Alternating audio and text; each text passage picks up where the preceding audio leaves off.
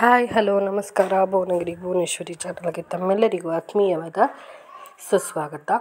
ಇವತ್ತು ನಾನು ಅಕ್ಕಿ ರವೆ ಉಪ್ಪಿಟ್ಟನ್ನ ಯಾವ ರೀತಿ ಮಾಡೋದು ಅಂತ ತೋರಿಸ್ತಾ ಇದ್ದೀನಿ.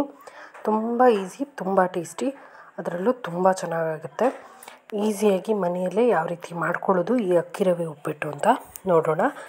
ಅದಕ್ಕಿಂತ ಮೊದಲು ಯಾರೆಲ್ಲ ಇದೇ ಫಸ್ಟ್ ಟೈಮ್ ನಮ್ಮ ಚಾನಲ್ನ ನೋಡ್ತಾ ಇದ್ದೀರಾ, ಪ್ಲೀಸ್ ಸಬ್ಸ್ಕ್ರೈಬ್ ಆಗಿ, ಹಾಗೆ ಪಕ್ಕದಲ್ಲಿರುವಂಥ ಬೆಲ್ ಐಕನ್ನ ಕೂಡ ಒತ್ತಿ ಅದರಲ್ಲಿ ಆಲ್ ಅನ್ನೋದನ್ನ ಸೆಲೆಕ್ಟ್ ಮಾಡೋದ್ರಿಂದ ನಾನು ಹಾಕುವ ಬೇರೆ ಥರದ ಈಸಿ ರೆಸಿಪಿಗಳು ನಿಮಗೆ ನೋಟಿಫಿಕೇಷನ್ ಮೂಲಕ ಬರುತ್ತೆ. ಆಗ ನಾನು ಹಾಕಿದ ಕೂಡಲೇ ಯಾವುದೇ ರೆಸಿಪಿಗಳನ್ನಾದರೂ ನೀವು ನೋಡ್ಬೋದು. ಜೊತೆಗೆ ಲೈಕ್ ಮಾಡಿ, ಶೇರ್ ಮಾಡಿ, ಹಾಗೆ ಕಮೆಂಟ್ ಮಾಡೋದನ್ನ ಮರಿಬೇಡಿ. ತುಂಬ ಈಸಿಯಾಗಿ ಮಾಡುವಂಥ ಅಕ್ಕಿ ರವೆ ಉಪ್ಪಿಟ್ಟು ಹೇಗೆ ಮಾಡೋದು ಅಂತ ನೋಡೋಣ ಬನ್ನಿ.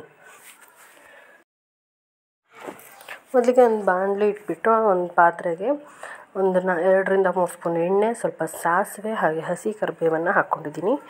ಇದರ ಜೊತೆಗೆ ಸ್ವಲ್ಪ ಶುಂಠಿ ಹಾಕ್ಕೊಂಡಿದ್ದೀನಿ, ತುಂಬ ಚೆನ್ನಾಗಿ ಫ್ಲೇವರ್ ಬಿಡುತ್ತೆ.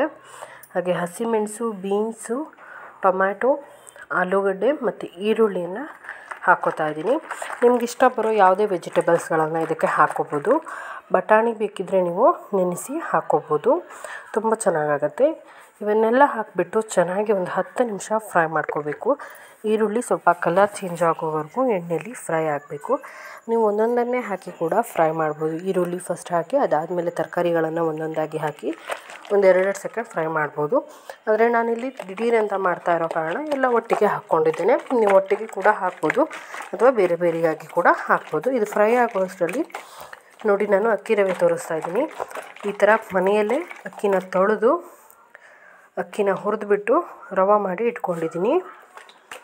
ಈ ಥರ ಫ್ರೈ ಮಾಡಿ ಇಟ್ಕೊಂಡಿರಬೇಕು. ಈಗ ಫ್ರೈ ಆಗಿರೋ ತರಕಾರಿಗಳಿಗೆ ಬೇಕಾಗೋಷ್ಟು ನೀರು ಹಾಕಿದ್ದೇನೆ. ಸುಮಾರು 2 ಲೋಟ ರವೆಗೆ ನಾನು 4.25 ಲೋಟ ಆಗೋಷ್ಟು ನೀರನ್ನು ಹಾಕ್ಕೊಂಡಿದ್ದೀನಿ. ನೀರು ಹಾಕಿದ ನಂತರ ರುಚಿಗೆ ತಕ್ಕಷ್ಟು ಉಪ್ಪನ್ನು ಹಾಕ್ಕೋತಾ ಇದ್ದೀನಿ. ಜೊತೆಗೆ ಸ್ವಲ್ಪ ಅರಿಶಿಣದ ಪುಡಿ, ಹಾಗೆ ಸ್ವಲ್ಪ ಧನಿಯಾ ಪುಡಿ ಹಾಕ್ಕೋತಾ ಇದ್ದೀನಿ. ನೀವು ಧನಿಯಾ ಪುಡಿ ಅಥವಾ ಗರಂ ಮಸಾಲ ಪುಡಿ ಕೂಡ ಯೂಸ್ ಮಾಡ್ಬೋದು, ಅಥವಾ ಮನೇಲಿರುವಂಥ ಯಾವುದೇ ಸಾಂಬಾರು ಪುಡಿ ಕೂಡ ಆ್ಯಡ್ ಮಾಡ್ಬೋದು.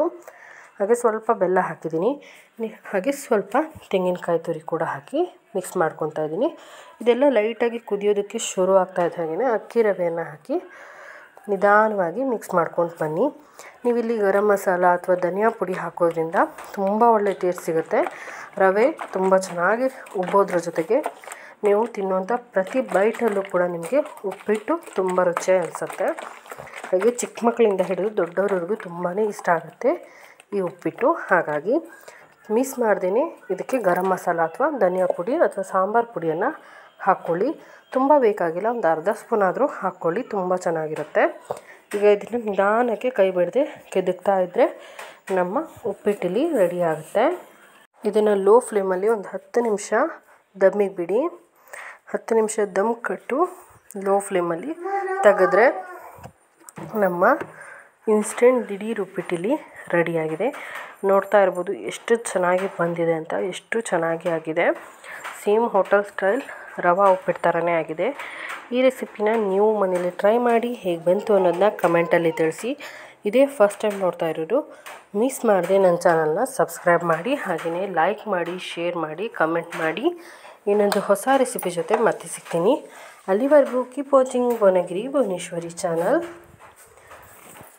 ಇದೇ ಥರದ ಇನ್ನಷ್ಟು ರೆಸಿಪಿಗಳ ಲಿಂಕನ್ನು ವಿಡಿಯೋದ ಕೊನೆಯಲ್ಲಿ ಎಂಡ್ ಸ್ಕ್ರೀನಲ್ಲಿ ಕೊಟ್ಟಿರ್ತೇನೆ. ಅವುಗಳನ್ನು ಚೆಕ್ ಮಾಡಿ. ಹಾಗೆ ಅವುಗಳಲ್ಲಿ ನಿಮಗೆ ಇಷ್ಟ ಆಗೋ ಎಲ್ಲ ರೆಸಿಪೀಸ್ಗೆ ಲೈಕ್ ಮಾಡೋದನ್ನ ಮರಿಬೇಡಿ. ಹಾಗೆ ನಿಮ್ಮ ಫ್ಯಾಮಿಲಿ ಫ್ರೆಂಡ್ಸ್ ಜೊತೆಗೆ ವಾಟ್ಸಪ್, ಇನ್ಸ್ಟಾಗ್ರಾಮ್ನಲ್ಲಿ, ಫೇಸ್ಬುಕ್ನಲ್ಲಿ ಶೇರ್ ಮಾಡ್ಕೊಳ್ಳಿ. ಇನ್ನೊಂದು ಹೊಸ ಅಡುಗೆ ಜೊತೆ ಮತ್ತೆ ಸಿಗ್ತೀನಿ. ಅಲ್ಲಿವರೆಗೂ ನಮಸ್ಕಾರ.